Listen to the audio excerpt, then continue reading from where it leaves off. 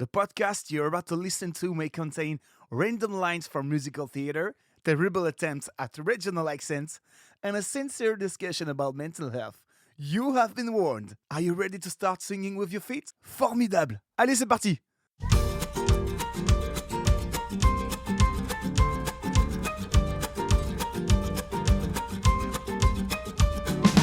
Non, nous ne sommes pas fous, nous ne sommes pas ivres, nous sommes juste dans la joie.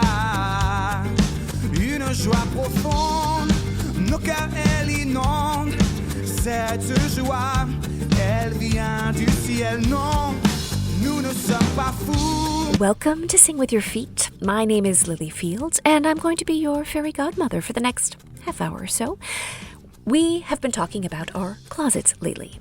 At first, we made the point that our closets are full of things that aren't technically clothes anymore.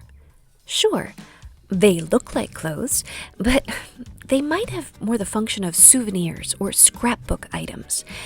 Many of those things have absolutely no reason to be in our closets anymore, taking up space, but our hearts are still so wrapped up in them that we can't bring ourselves to get them out of our lives.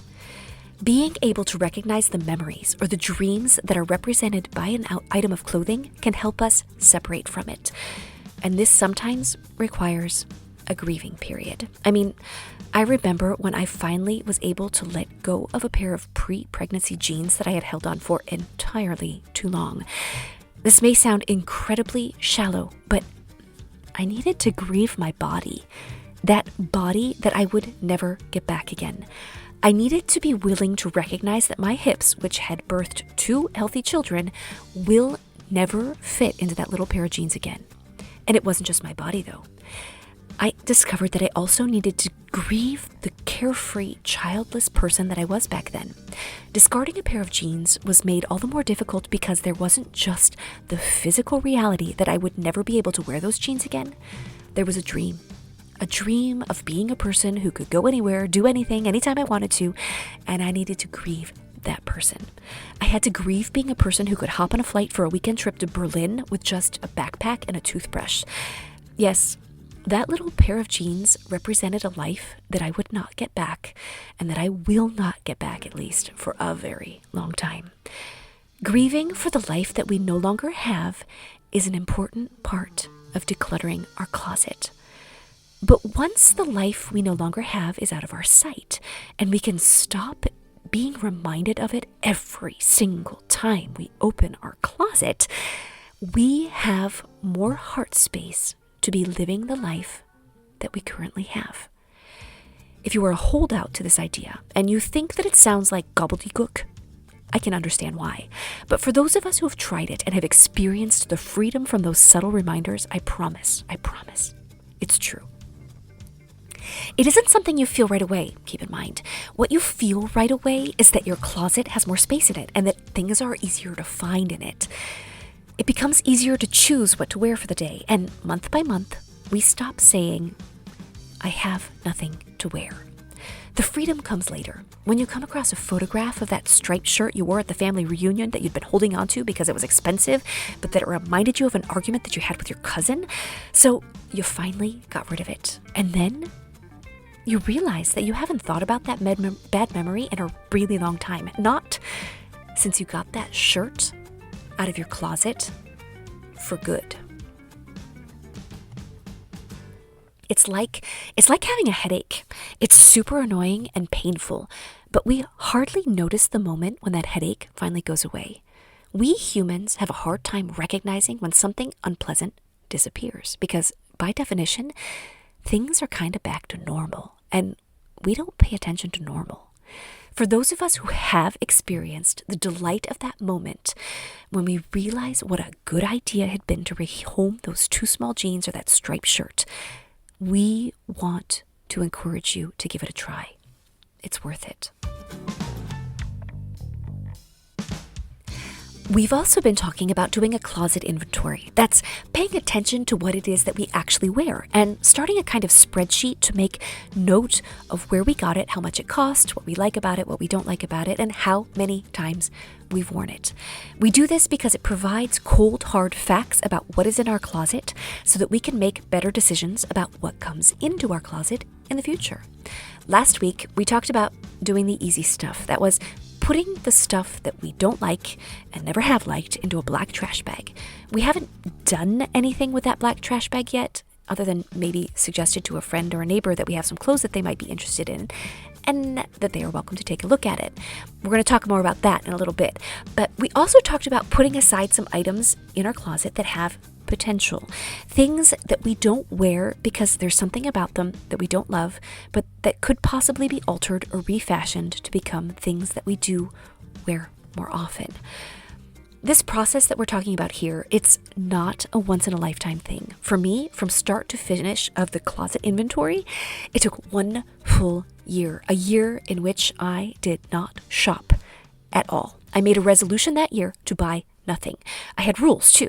I had to wear everything that I owned, or else I would have to rehome it. I had to learn how to mend socks and holes in t-shirts because I wouldn't be out there buying new ones. And I took it upon myself to learn a few techniques for altering clothes. It took 1 full year to take stock of everything I had and to figure out what had potential and what didn't. I used the time that I didn't spend shopping to work on my inventory. It's about shifting the priorities and choosing to make dealing with my closet a priority. Stopping shopping isn't easy. It takes a village, let me tell you.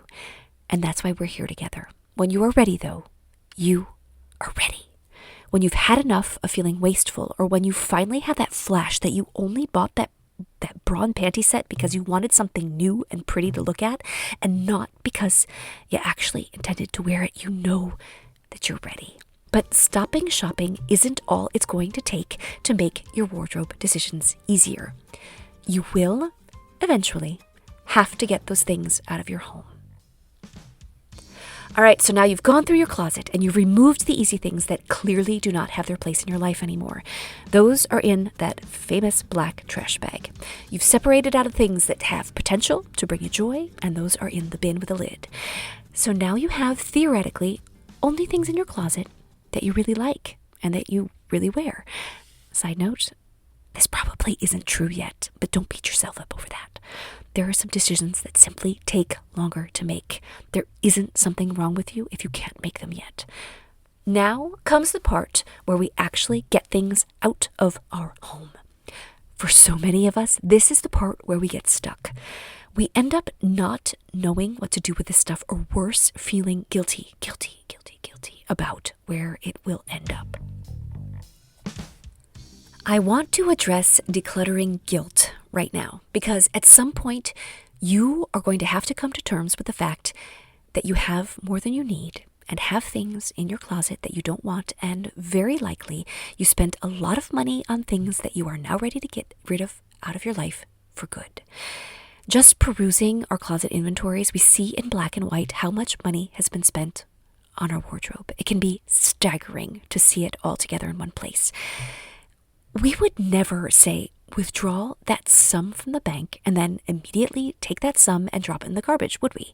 And yet here we are, seriously considering doing that with some trash bags full of clothes that we bought that we don't need or want anymore. So there is a real sense of guilt when we look at all these clothes that we have to make the decision about and that we no longer want in our lives. Now, let's say that we were to write a donation check for that amount of money. That is the amount equivalent to the clothes that we want to get rid of. Well, we would like it to be going somewhere worthwhile, right? We would like our money to be used well. Now, there is no guarantee that our donation is going to go to people who really need it, but it's already a better option than the landfill, right? There is a feeling of helplessness when we come face to face with the reality of our clothes habit. Believe me, I know. This awful feeling of wastefulness is not what I want for my ideal life.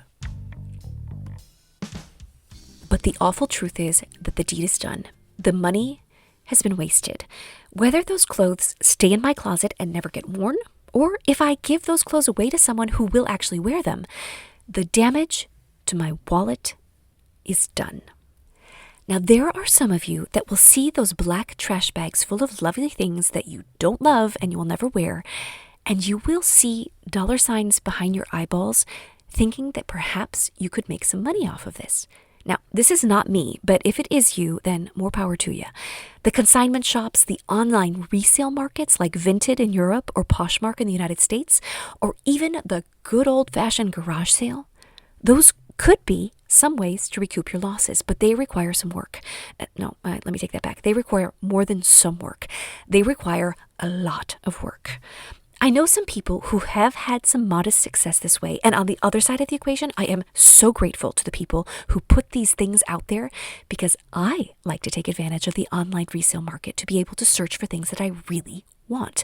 Like right now, my notifications are on for a pair of zebra print Converse All-Star high tops in size 7.5. My old pair has worn out, and I am just waiting for someone out there to finish their closet decluttering and put them on the market for moi. But like I said, these things, they require work. Photographing, posting, back and forth, haggling with clients, mailing, radies, reviews. It can all be a hassle. But in the end, if you're willing to do all that and the money you get in return is worth it, then go for it. I will be rooting for you.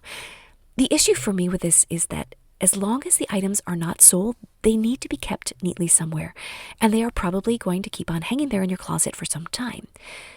So you need to decide what's more important to you, making space in your closet, your head and your heart, or is it more important to recoup the money spent on bad decisions? Only you can make that call. If you do decide to go this route, please let me suggest that you set yourself an end date for this effort. Give yourself a month or maximum a year, after which you will start pursuing other options to dispose of the things that used to cause you to see dollar signs. The really excellent parts of going this route are knowing that you are doing your part to keep these items out of the landfill or from ending up clogging up the donation market, which is devastatingly oversaturated. And you could truly make someone's dream come true with those size 7.5 zebra printed Converse high tops show up in her notifications. So what else? If the secondhand resale isn't your cup of tea, then keeping items out of the landfill needs to be your next goal. So here we are talking about items that are in good condition, that maybe just need a button re-sewn on. These are the items that you know someone else could love. I am a huge fan of the closet swap. This can be formal or informal, and I certainly don't like to wait for the formal kind, so for me it's usually informal. If I've been going through my closet and discovered that I have some things that a friend or a friend's daughter or a neighbor's cousin or someone I actually know or know of might want to have, I immediately send a text message. Get used to saying this. Hey, I know this might come out of nowhere, but I've been going through my closet and I have some really nice things that I don't wear anymore. I was thinking about you or about your daughter, about whoever. Could you or would you like them to take a look at it? Now, personally, I am not afraid of secondhand. Some people are. Some people don't like this, and that's fine. They don't have to like it. That means that they won't have to take advantage of your offer. And you can either try someone else or know that you did your part. Do for others what you would want done for you, right? So in this case, if you would like for someone to randomly offer a collection of slightly loved items on your doorstep for you to look through, then don't be afraid to do it for someone else. I've already told you that my great closet inventory discovery is that most of the clothes I love are hand-me-downs from people that I know. Maybe it's because they didn't cost me a penny, or maybe it's because the people I love have a better eye for beautiful things than I do. In any case, the closet swap is the bomb. It's also completely okay that it only ever go in one direction. My husband's aunt regularly drops off items from her daughter's closets at my mother-in-law's house, knowing that I love to pour through the gorgeous things that they have discarded. It's become a tradition every time I visit my mother-in-law's house to see what Monique has left for me. More times than not, I will look at something and know absolutely that I have a friend that item would be perfect for. It is 100% correlation. So I get to be the fairy godmother and deliver those things to my like-minded friends. I know that the temptation to simply drop off clothes in those anonymous donation bins or the Goodwill or Salvation Army, I know about that temptation. It's easy. It requires very little from us. But before doing that, if you can, just spare a thought for that friend or the neighbor's college-age daughter living on a shoestring budget. Decluttering our closets becomes a way of life, and the closet inventory helps us identify when an item is no longer pulling its weight in our closets. We can then more easily imagine that it might be a godsend to someone else. Then we can pass it on. It keeps it out of the landfill, has the potential to make someone else very happy. Do not be afraid to be someone's fairy godmother. Sometimes we just aren't able to find people that we know to give our hand-me-downs to. Or sometimes we're just so eager to get the stuff out of our homes that we just want to drop them off somewhere and be done with it. I've been there, and I will not judge you for that move. My first choice in the donation category would be to give it to an association or a structure that will actually distribute it themselves. I'm talking about refugee or asylum seekers relocation services, or an organization like Suits for Success. The kind of thing where you might actually find someone out on the street wearing your old clothes and know that in your community, you've helped make the world a better place. Then there are the Goodwill, Salvation Army. I know that there have been some rather unflattering portraits of these places out there lately, but there is the good thing about it, which is that they employ people who have a hard time finding jobs, and they hire those people to do the sorting and the tagging, and so there is some good there. With all the negative things that have been said about these options in the last 10 years or so, I still have this memory of when I was a child, and I was with my mother at Goodwill, and I saw a dress that my mother had made for me that no longer fit me. It was there on the rack. I was so proud of that some other little girl would see that dress and want it for her own, and she would wear it proudly. For me, this showed that the cycle was rather short. We dropped off that dress at the Goodwill, and a few weeks later, it was on sale on the rack there.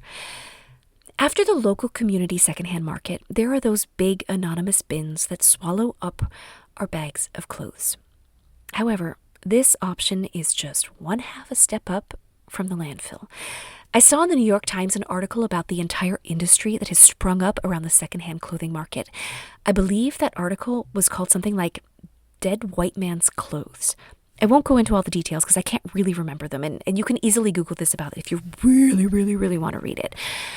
But I'm not here to make you feel bad about your life choices. When we drop off our clothing after decluttering at one of those anonymous bins, we've done our part to clear out our head and our heart space. The life cycle of that item of clothing does not end. This is why, and I will never stop saying this, we need to stop impulse shopping, and we must stop buying things that we don't need. We need to stop participating in the suffocation of the planet by our cast-offs.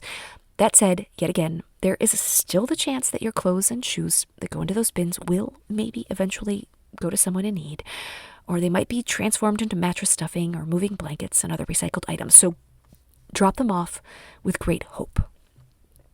Now, there is one final last resort. Remember when I told you about the moth problem that crept up in my home after a well-intentioned friend gave me a basket full of clothes for my babies? I did not hesitate to throw every last infested item into the trash. I have made peace with the fact that many of those things will still be decomposing long after I'm dead. I mean, I remember an article about a person who wanted to see how long it would take for a pair of jeans to disintegrate, and they buried it in their backyard. Much to their chagrin, after several years, they dug it up, only to discover that the fibers were not just cotton, that these were stretchy jeans, and the elastic fibers were all that remained, in the perfect shape of jeans in their backyard. These things could take centuries to decompose, but I would not wish a moth infestation on my worst enemy, so I made the decision to take everything to the dump. So if something has a real or a metaphorical infestation for you, and you can come to peace with that, then the landfill, as much as you and I probably don't love this option, might be your last resort. Listen, your fairy godmother, hold your heart space and your psychological well-being and your future good decisions in such high esteem that I believe that you will make this decision wisely. I believe in you, and I trust you to make the decisions that you need to make. But now we need to start talking about how to make better decisions so that we don't let things get out of control again, and so that our closet can become a source of joy for us. Elle me fait bondir et vibrer, crier. Elle me donne envie de chanter, danser. Elle pousse à agir, donner, partager. Et tout simplement de sourire, aimer. You've made space in your closet now, disposing of the old things in responsible ways to the best of your ability. Now you are left with things that you like and that you actually wear. Please, put away your credit card. Do not start shopping yet. Don't do it. Do not do it. Making better decisions about your closet does not mean you start shopping. Better wardrobe decisions start by wearing what you have, by figuring out what you like to wear with what shoes, and sometimes even what underwear works best with what outfit. When you start regularly doing mise en place, that is the process of deciding exactly down to the skivvies what you're going to wear the next day in advance, you will find that you can rely on certain, well, I like to call them certain go-to outfits. These are things that reliably work together and that you don't have to spend more time thinking about. Next week, we'll talk about some of the methods for getting to this point, but right now, I want us to get down and dirty with mise en place. You know that feeling, that little panicky thought that says, I have nothing to wear? When do you get that thought? Oh, you never get that thought? Oh dear, maybe I'm the only one then. All right, then bear with me, Cinderella. Sometimes it happens to me that I will be standing in front of my closet about 5 minutes before I have to leave to go somewhere, and I will stand there, and I will stand there, and I will whine, I have nothing to wear. This is demonstrably false, as my indulgent husband would remind me. I have an entire rainbow full of gorgeous things to wear. But in that moment, in the heat of needing to make a decision, I am incapable of making a decision. I cannot see the forest for the trees in that moment. I simply have nothing that feels right. Just that little phrase, I have nothing to wear, it becomes a license at some point to go out and buy something that I don't need. Maybe, I think to myself, if I just had one more black tank top, I could avoid that paralyzing feeling of having nothing to wear. But that one little thing won't help. What will help is shifting the time of day at which I decide what I'm going to wear. Shifting it to a time of day when I am not feeling pressure to be making a decision. Shifting it to a time of day when I can think about where I am going, what would be appropriate, and maybe even wearing something that I haven't worn in a while. Allowing myself a little 10-minute stress-free window well in advance of needing to go anywhere means that I can think about the kind of day that I want to have, the kind of person I want to be, and how I want to feel the next day. I can make good decisions about the kind of footwear I should be wearing and the kind of undergarments I need to wear. Now, I don't wear a petticoat and a girdle every day, sure. I mean, I love to wear them, but don't get me wrong. But sometimes wearing a nude bra is preferable to wearing a hot pink one under a white t-shirt. And actually taking a moment to think about this the night before means that I can dig through my panty drawer to find the nude color bra and hang it up next to my polka dot socks that I got for Valentine's Day from my kids. Doing this in advance means that the next morning, when I get dressed, I have everything I need. Plus, I know it's clean. And plus, I know it will make my boys happy that I'm wearing the socks they chose me. I have things to wear. I just need to decide to wear them. This is how you start making better closet decisions. It isn't about spending more for a better quality something. It isn't about getting a bra fitting or about waiting for a sale. It's about actually wearing the things you own and learning to love them. Familiarity breeds affection. So wear the things that you already own, Cinderella. Wear them before you start shopping again. Planning ahead will allow you to wear a wider range of the things that you own because you aren't so stressed out that you just grab the first thing your hand lands on. Now, when you find an outfit that you really like, write it down or take a picture of it so that you can recreate it if you're feeling less than creative one day. These go-to outfits can help you immensely. You know that they work. You know what they all contain. So if those items are clean, you can put it on a hanger all together and then have it ready. Knowing what you have, loving what you have, taking care of future you. These are all ways to make better closet decisions. Next week, we're going to look at a few methods for making do with what we have in our closet. We're going to talk about the idea of the uniform, like Steve Jobs or Mark Zuckerberg, only for girls.